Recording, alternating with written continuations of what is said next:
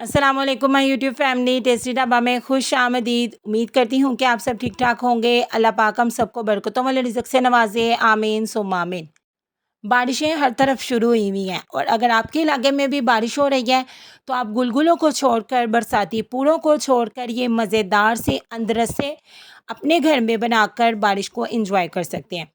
इसके लिए ना ही आपको चावल को धोना पड़ेगा, ना ही भिगोना पड़ेगा और ना ही आपको 3 से 4 दिन तक इंतज़ार करना पड़ेगा। बल्कि 10 से 15 मिनट में ये ज़बरदस्त सी इंस्टेंट सी रेसिपी है ये, और जायका इसका हलवाई से भी ज़्यादा बेहतर से बेहतरीन होगा। ऊपर से कुरकुरे, करारे और अंदर से बिल्कुल मक्खन की तरह नरम व मुलायम ये अंदर से। आप लोगों ने एक मरतबा तो बनाकर ज़रूर ट्राई करने हैं। तो चलिए जी, बिना कोई देरी के अपनी रेसिपी का आगाज़ करते हैं। यहाँ पे सबसे पहले बिस्मिल्लाहिर्रहमानिर्रहीम। सबसे पहले एक प्यारे से बाउल में मैं ले लूँगी 1 कप चावल का आटा। मैंने घर में मौजूद चावल को बिल्कुल बारीक-बारीक पीस लिया है और इसे मैं छान के इस्तेमाल कर रही हूँ।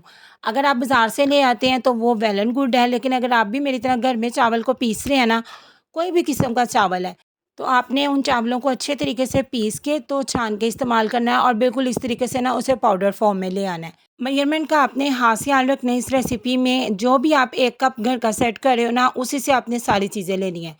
1 कप यहाँ पे मैंने ले लिया है चावल का आटा। अब मैं इसके अंदर शामिल करूँगी गंदम का आटा। जो आप नॉर्मल घर में रोटी पकाने के लिए आटा इस्तेमाल करते हो ना, बस वो आपने यहाँ पे ले लेना है।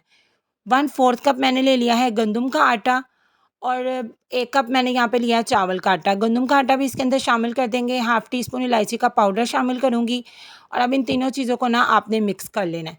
इन्हें मिक्स करके आपने कवर लगा के एक साइड पे रख देना है। इसे किस स्टेज पे यूज़ करना है, ये मैं आपको आगे चल के बताती हूँ। अब यहाँ पे मैं ले लूँगी एक प्यारी सी पतीली। आपने कोशिश करनी है कि नॉन स्टिक बर्तन लें। इसके अंदर मैं शामिल करूँगी 1.5 कप पानी। उसी कप से मैं ले रही हूँ जिस कप से मैंने आटा लिया था।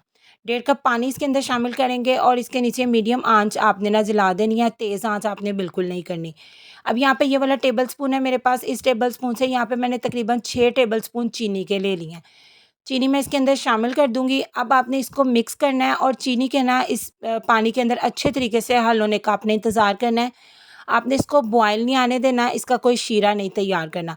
बस आपने चीनी पानी में शामिल करने के बाद इस तरीके से इसे मिक्स करना है और चीनी के जो सारे के सारे दाने हैं ना, वो पानी में अच्छे तरीके से हल हो जाने चाहिए।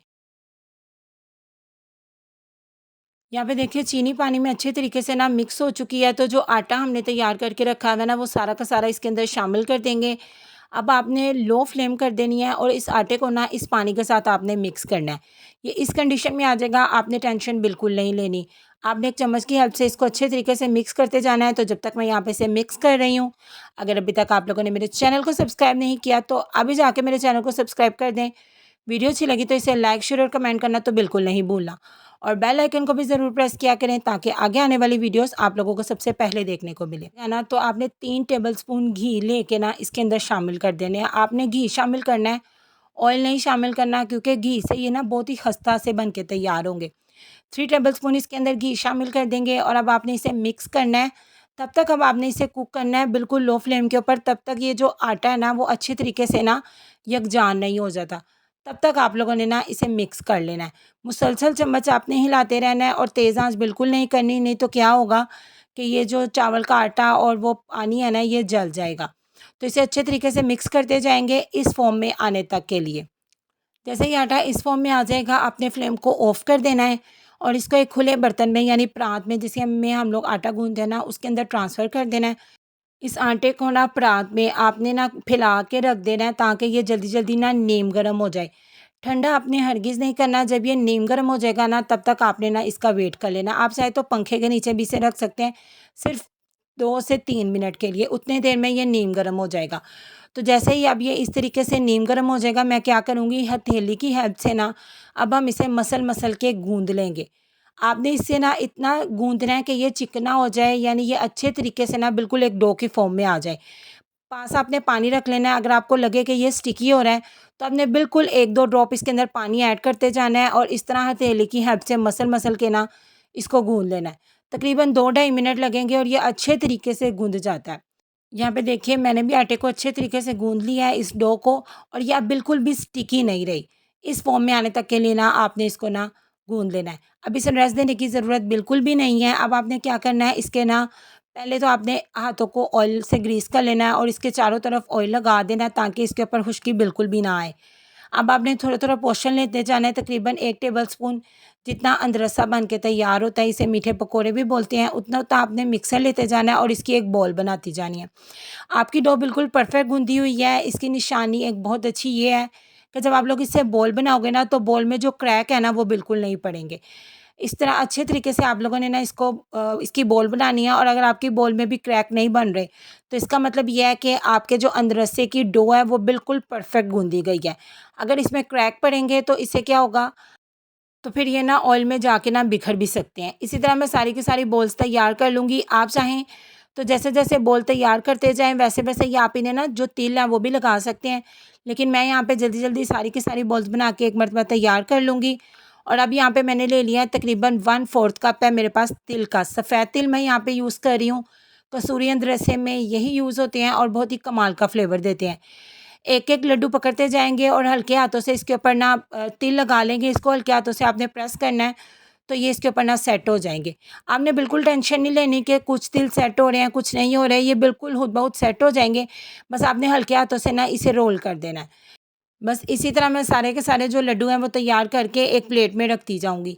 कुछ इस फ़ॉर्म के हम तैयार कर लेंगे और कुछ इस तरह ना गोल-गोल बिल्कुल एक टिक्की की तरह के कटलेट्स की शेप के वो भी बनते हैं, वो भी हम लोग बनाकर तैयार कर लेंगे। आपको जौन-सी भी शेप अच्छी लगती है ना, आपने वो तैयार कर लेनी है।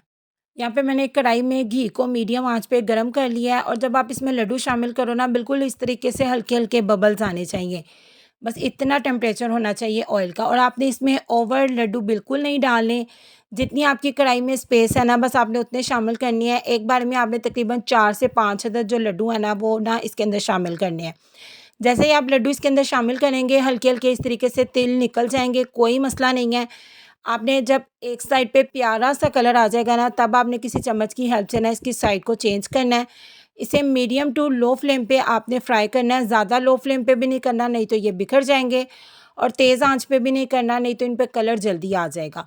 इतने तक के लिए ना आपने इन्हें फ्राई कर लेना है। इसी तरह मैं बाकी सारे भी फ्राई कर लूँगी और मैं अब आपको इसकी फाइनल लुक भी दिखाती हूँ, जो कि बहुत ही ज़्यादा कमाल की आई है। ये देखिए माशाल्लाह, माशाल्लाह बहुत ही ज़बरदस्त से, कुरकुरे से, मज़ेदार से हमारे अदरसे जो हैं वो बन के बिल्कुल तैयार हैं। ये देखिए माशाल्लाह इनकी फ़ाइनल लुक कितनी ज़्यादा प्यारी लग रही है। देखने में ये बहुत ही ज़बरदस्त टेम्पटिंग लग रहे हैं और हलवाई से भी ज़्यादा बेहतरीन हमने अदरसे घर में बनाकर तैयार कर लिए हैं। इन्हें मीठे पकोड़े भी बोलते हैं। तो आप लोगों ने मेरी इस रेसिपी को ज़रूर ट्राई करना है और फिर मुझे कमेंट सेक्शन में आकर बताना भी है कि आपको मेरी ये रेसिपीज़ कैसी लग रही हैं। दुआ में याद रखिएगा, अपना बहुत ज़्यादा ख़्याल रखिएगा। अल्लाह हाफ़िज़।